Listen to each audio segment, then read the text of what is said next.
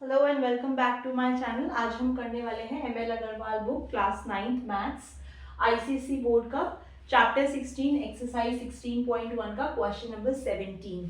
हमें क्या बोल रहा है question, if the area of N isosceles triangle is 60 centimetre. हमें एक आइसोसेलेस ट्राइंगल दे रखा है। आइसोसेलेस ट्राइंगल क्या होता है, जिसमें दो साइड्स बराबर होती है और एक अलग होती है। तो अगर एक ये ट्राइंगल है ए बी सी, तो ये एक आइसोसेलेस ट्राइंगल है जिसमें ए बी बराबर है ए सी के, क्योंकि दोनों की जो मेजरमेंट्स दे रखी है वो 13 सेंटीमीटर ईच दे रखी है। ओके, अब हमें वैल्यू क्या निकालनी है, हमें इसका बेस की वैल्यू निकालनी है। दैट मीन्स हमें बी सी की लेंथ निकालनी है, जो एक अनइक्वल साइड है उसकी हमें लेंथ निकालनी है। इक्वल साइड्स की तो लेंथ 13 सेंटीमीटर गिवन है, 13 ईच, मतलब दोनों की 13 हो गई। हमें बीसी की लेंथ निकालनी है और हमें इसमें क्या दे रखा है, इसका हमें एरिया दे रखा है विच इज 60 सेंटीमीटर। ओके, तो हमें यहाँ पर एक चीज, तो हमें यहाँ इसका एरिया दे रखा है। ओके, तो अब हमें यहाँ पर क्या है, इक्वेशंस फॉर्म करनी होगी। ओके, तो हम यहाँ पे इक्वेशन फॉर्म करना शुरू करते हैं और क्वेश्चन को हम करना शुरू उस चीज से करते हैं जो चीज हमें गिवन है। कई बार बच्चों को समझ नहीं आता कि इक्वेशन को स्टार्ट कैसे करें, क्वेश्चन का जो आंसर है उसको स्टार्ट कैसे करें।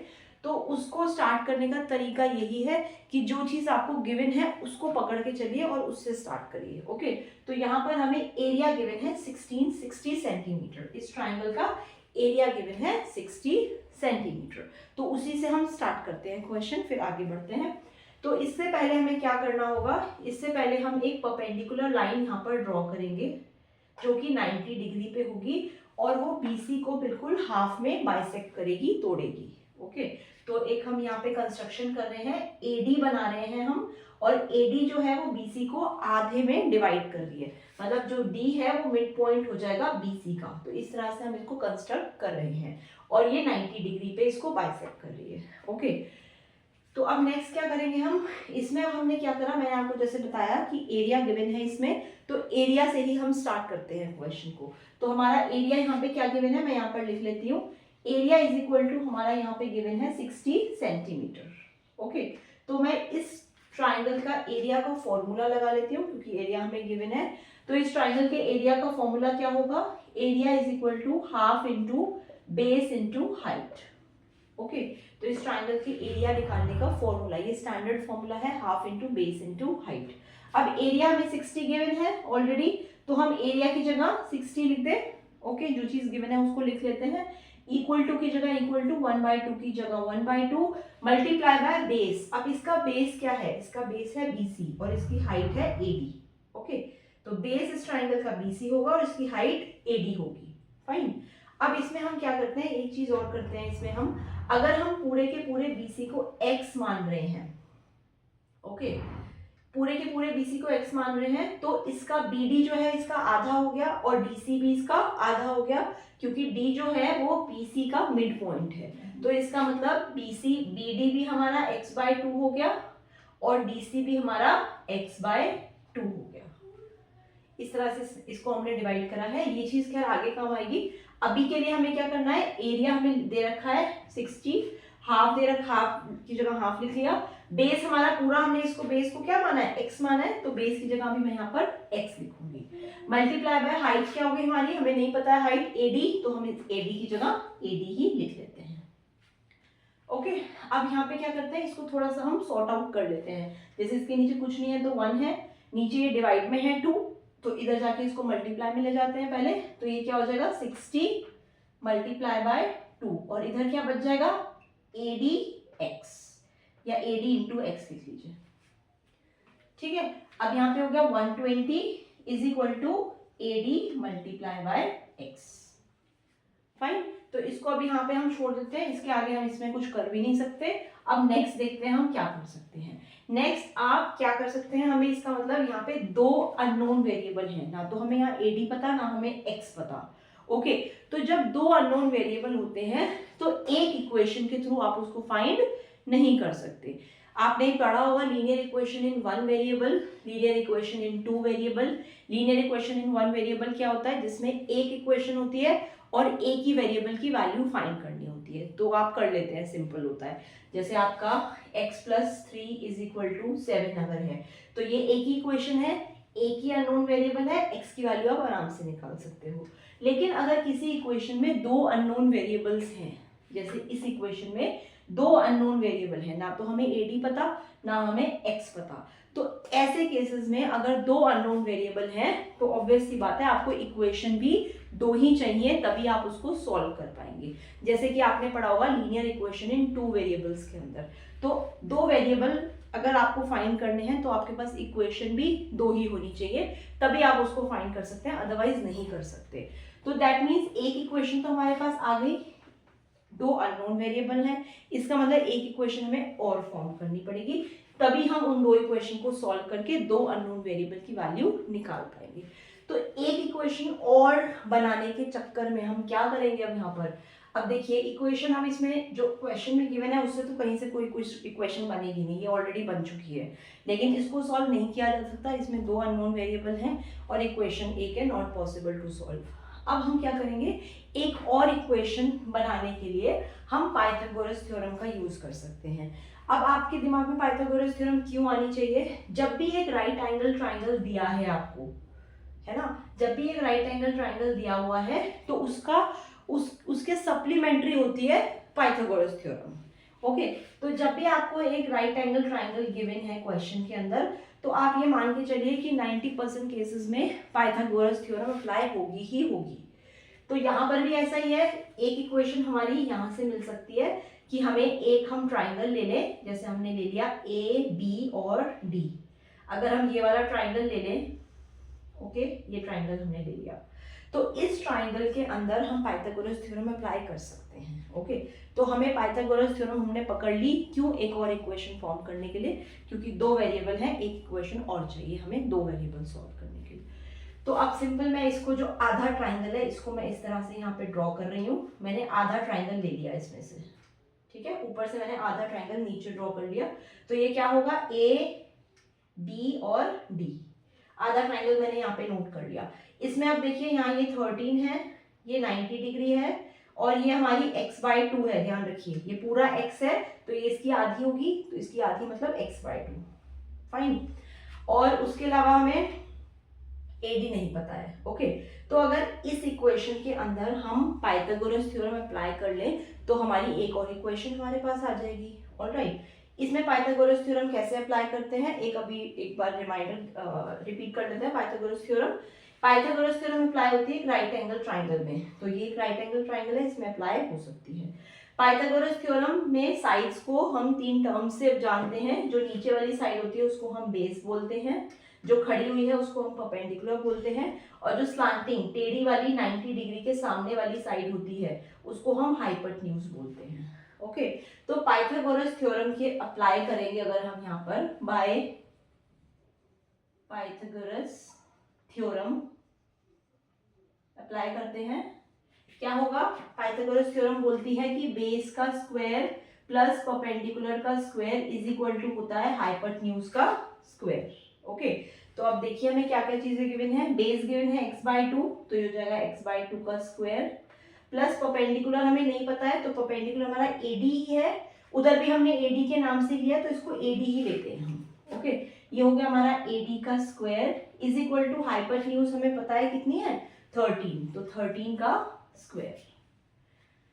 ओके, अब इसको हम सॉल्व करते हैं, एक मिनट, हम क्या करते हैं यहाँ पर, इसको हम सॉल्व करते हैं, हमने x को यहाँ पे ले सकते हैं x² और नीचे हमारा हो गया है 4, ठीक है, प्लस ये हो गया हमारा AD का स्क्वायर प्लस 13 इंटू 13 हम करते हैं यहाँ पर, जस्ट अ मिनट, तो ये हमारा हो गया 13 multiply by 13 which is 169। Okay, अब इसमें क्या करते हैं हम यहाँ पे एलसीएम ले लेते हैं, ये 4 एलसीएम आ गया हमारा, तो ये हमारा हो गया 4 1 जा 4 और ऊपर आ गया हमारा x² प्लस 1 4 जा 4, तो हो जाएगा हमारा 4AD का square is equal to 169। Okay, अच्छा आगे क्या लेंगे हम, जस्ट इसमें एक चीज कर सकते हैं हम, यहाँ पे अब हमें देखिए, एक हमारी सिंपल ये दो हमारी इक्वेशन आ गई, एक इक्वेशन ये हो गई और दूसरी इक्वेशन ये हो गई। दो इक्वेशन है हमारे पास, दो अननोन वेरिएबल्स हैं, एक तो x और एक ad। तो इन दोनों को सॉल्व कर लेते हैं, x और ad की वैल्यू हमें मिल जाएगी। ओके, अब यहाँ पे हम क्या करते हैं, पहले हम इक्वेशन 1 से ad की वैल्यू निकाल लेते हैं। ओके, तो ऐसे ही आप सॉल्व करते हैं, सब्स्टिट्यूशन मेथड के थ्रू हम ये दो लीनियर इक्वेशंस को सॉल्व कर रहे हैं। तो क्या हम यहाँ पर ad इज इक्वल टू, ये मल्टीप्लाई में है x तो इधर जाके डिवाइड में चला जाएगा, क्या इसको हम 120 डिवाइड बाय x लिख सकते हैं? लिख सकते हैं, बिल्कुल लिख सकते हैं। अब ये वाली जो ad की वैल्यू है ये हम सब्स्टिट्यूट करेंगे इस वाली इक्वेशन में, तो इसी के सब्स्टिट्यूशन मेथड के थ्रू हम इस इक्वेशन को सॉल्व कर लेंगे। क्या बचता है इसमें, यहाँ पे देखिए x square upon 4 plus ad की जगह मैंने लिख दिया 120 अपॉन x, और क्योंकि यहाँ ad का स्क्वायर है तो मैंने स्क्वायर भी लगा दिया। Okay, is equal to 169। Fine, अब हम क्या करते हैं, हमें ये इक्वेशन सॉल्व करनी है। इक्वेशन सॉल्व करते हैं हम इसको, ये इक्वेशन सॉल्व करने के लिए हमने यहाँ पे लिख दिया एक्स स्क्वायर अपॉन 4 प्लस, अब हमें 120 का स्क्वायर करना पड़ेगा, यहाँ पर 120 के ऊपर 2 है, 120 मल्टीप्लाई बाय 120, तो ये हो गया हमारा 14400, और अपॉन में x का भी स्क्वायर करेंगे तो ये हो गया X square is equal to 169। Fine, अब हम सिंपल यहाँ पे क्या करते हैं, इसके नीचे 1 है, इसमें एलसीएम ले लेते हैं हम, 4 और x स्क्वायर का एलसीएम होगा 4x स्क्वायर। फाइन, अब ये क्या होगा, ये यहाँ पर आएगा 4x स्क्वायर जा 4x स्क्वायर, और मल्टीप्लाई बाय x स्क्वायर करेंगे तो x टू द पावर हो जाएगा 4, प्लस यहाँ पे आएगा x square multiply by 4 is equal to 4x square, तो यह जाएगा 4 मल्टीप्लाई बाय 14400, मैंने सिंपल एलसीएम लिया यहाँ पर, कुछ नहीं किया, इज इक्वल टू 169। ओके, अब यहाँ पे क्या क्या बचता है, ये हो गया x to the power 4 plus 4 multiply by 14400, करते हैं इसको 14400 मल्टीप्लाई बाय 4, तो ये आ जाएगा 57600, और अपॉन में 4x square is equal to 169। Cross multiply करते हैं, 169 को 4x स्क्वायर से मल्टीप्लाई करेंगे तो ये हो जाएगा 169 मल्टीप्लाई बाय 4, ये हो गया हमारा 676x square is equal to, इसको इससे मल्टीप्लाई करते हैं 1 से तो ये एज इट इज आ जाएगा, मैं क्रॉस मल्टीप्लाई कर रही हूँ, प्लस 57600, मैंने क्रॉस मल्टीप्लाई करा है सिंपल, यहाँ पर कुछ नहीं करा। ओके, अब क्या है, ये एक तरह की क्वाड्रेटिक इक्वेशन हमारी बन गई है, इसको हम सॉल्व करते हैं। क्वाड्रेटिक इक्वेशन को सॉल्व करने के लिए क्या तरीका होता है, सारी चीजें हमें लेफ्ट में ले आनी होती है और राइट साइड में 0 रखना होता है। तो सबसे पहले मैं इसको स्वैप कर लेती हूँ, ये वाली चीज इधर आ गई हमारी और ये वाली चीज इधर ले ली मैंने, अभी मैंने कुछ नहीं करा, सिर्फ स्वैप करा है, इसको इधर और इसको इधर। अब मुझे राइट साइड में 0 चाहिए, तो इसका मतलब इक्वल टू के राइट साइड वाली जो चीज है उसको हमें लेफ्ट में ले जाके इधर 0 रखना होगा, तो ये प्लस में है इधर, तो उधर जाके किस में हो जाएगी, ये माइनस में, माइनस 676x स्क्वायर प्लस 57600, और इधर इक्वल टू के आगे बच जाएगा 0। ओके, अब हमारा क्या करना है हमें, अब सिंपल यहाँ पर एक क्वाड्रेटिक इक्वेशन है, ये x टू द पावर 4 है, ये क्वाड्रेटिक इक्वेशन है, इसको हम सॉल्व करेंगे। इसको सॉल्व करने का तरीका है middle term split. Middle term split हम कैसे करेंगे, 576 को हम लिख सकते हैं 576, इसको अगर हम तोड़ेंगे तो अब मिडिल टर्म स्प्लिट के अकॉर्डिंग इसको 576 को हम लिख सकते हैं 576 मल्टीप्लाई बाय 100, लिख सकते हैं इसको ऐसे। ऑल्सो 576 और 100 को प्लस करेंगे तो 676 आएगा, तो ऐसे हम इसका मिडिल टर्म स्प्लिट कर लेते हैं। x4 की जगह x4 आ जाता है, इसकी जगह ये आ जाएगा, और इसको हम स्प्लिट कर रहे हैं दो पार्ट्स में। इसको कैसे हम स्प्लिट करेंगे, इसको हम 576 माइनस का 576 x स्क्वायर माइनस का 100 x स्क्वायर, इसको हम ऐसे लिख सकते हैं। ओके, ये मैंने मिडिल टर्म स्प्लिट कर दिया, सो इसको हमने ऐसे लिख दिया, ये वाला ऊपर वाला है जो x4 की जगह x4 आ गया, इसकी जगह ये आ गया, और इसको हमने स्प्लिट कर दिया। ओके, इन दोनों में से कॉमन आ रहा है x स्क्वायर, अंदर बचेगा x स्क्वायर माइनस 576, इन दोनों में से कॉमन आ रहा है 100 और अंदर बचेगा x square minus 576 is equal to 0। That means ये दोनों अगर हम कॉमन लेते हैं तो एक्स स्क्वायर माइनस 576 एक ये आ गया, दूसरा आ गया एक्स स्क्वायर माइनस 100। तो also X square minus 576 is equal to 0, एक सॉल्यूशन इससे मिलेगा, और दूसरा solution X square minus 100 is equal to 0, दूसरा इससे मिलेगा। तो यहाँ पे हम इसको लिख सकते हैं X square is equal to 576, यहाँ लिख सकते हैं X square is equal to 100। Okay, अब यहाँ पे हम देखते हैं, अब ये हमारा होता है 24 का स्क्वायर, 576 किसका स्क्वायर होता है 24, मल्टीप्लाई बाय 24 इज 576। तो यहाँ पर x इज इक्वल टू आ गया 24, इधर से आ गया x इज इक्वल टू 10। तो यही आपका आंसर हो गया। दैट मीन्स जो बेस है, बेस हमने x माना था, वो जो हमारा ट्राइंगल था उसका हमने ऐसे ट्राइंगल था और इसका हमने बेस x माना था। बेस की तो वैल्यू निकालनी है, तो ये x है, तो बेस की वैल्यू या तो 10 होगी या फिर 24 होगी, दोनों में से कुछ भी हो सकती है। तो आपका आंसर जो है दोनों ही है कि बेस की जो वैल्यू है वो 10 भी हो सकती है और 24 भी हो सकती है। तो यही आपका आंसर है।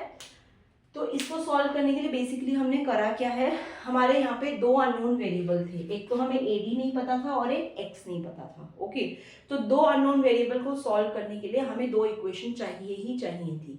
तो एक इक्वेशन हमने उससे बनाई जो हमें चीज गिवन थी, और दूसरी इक्वेशन हमने दिमाग लगाया कि दिमाग लगाने के बाद ये पता चला कि हमारा ये एक राइट एंगल ट्राइंगल है, और राइट एंगल ट्राइंगल दिमाग में आते ही आपको दिमाग में ये सोचना है कि इसमें पाइथागोरस थ्योरम अप्लाई कर दो। तो हमने पाइथागोरस थ्योरम अप्लाई कर दी, तो हमारी दूसरी इक्वेशन भी बन गई।